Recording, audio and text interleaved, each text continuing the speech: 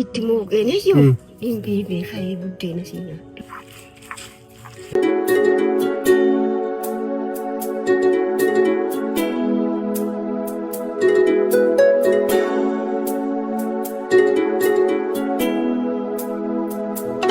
Nagaa keessanii akkam jirtu? Fayyaadha. Jajjabaattu. Alhamdulillah. Homaan jettanii ilaamee nuun isin gargaaru dhufneeti. Waan nyaadhu isin qabu. Waan uffadhu isin qabu laa kan nama kadhee uffadha. Ijoolleen immoo dunni harkaa dhuman. Ijoollee meeqa? Ijoollee sadii ijoollee dhiiraa sadii. Mana itti galu qajeelatti itti galu hin qabu firan qabu. Mana namaatiin naqee nyaadhee dhufe naannoo waa tokko hin qabu. Jaartii dadhabduudha mana namaatti immoo galuu nan dadhabee namaa immoo danda'ee dhaqee galee mana namaatiin hojjedhu.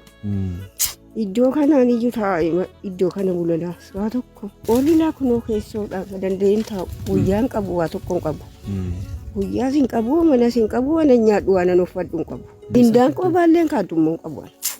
Waa tokko iyyuu. Amma fira sin gargaaru hin qabdan. Hin qabu. Waa tokko hin qabu. Duwwaa qabaadhe rakkinaan qabu kan waan uffadhu hin qabu. Ilaamee harmee amma utuu birrii isinii kennine gabaa dhaqxanii bitachuu dandeessu.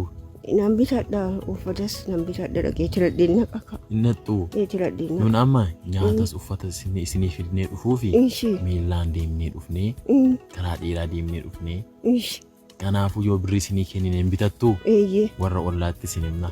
Nan bitadha nun garee atis namaa jedhamna. Namoota rakkatan deemnee gargaarra. Rabbi sana gargaara. Birrii kana qabadhaa. Kuni birrii 20,000dha. Kana araguu nama jedhamtutu Finfinneerraa namoota akkasii na gargaaraa jettee ergite. Ishiif du'aa akkasiin gootan barbaanne. Jiraadhaa isin guddadha. Guddadhaa umurii dheeradhaa jiraadha. Shuumannata kana caalu Rabbi isiniif haa kennu. Jiraadhaa. Umurii dheeradhaa namni umurii dheerate homaan dhabu. Jireenya Rabbi isiniif haa kennu. Aafiyaa keessanii Rabbi isiniif haa kennu. Oman dhabina jiraadhaa ultaa abba. Isinis ultaa. Rabbi isina taasisubu. Uli sina taasisu kana caalaa iyyuu sina guddisu Rabbi uli sina guddisu.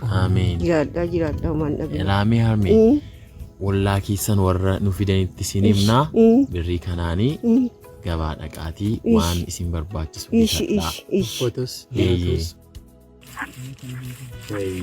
Kana maal gootu ka? Kana maal gootu?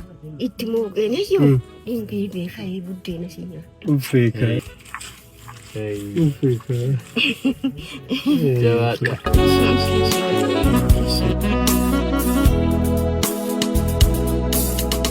Itti muuqeenis yoo dhimbii beekayee buddeena si nyaadhu.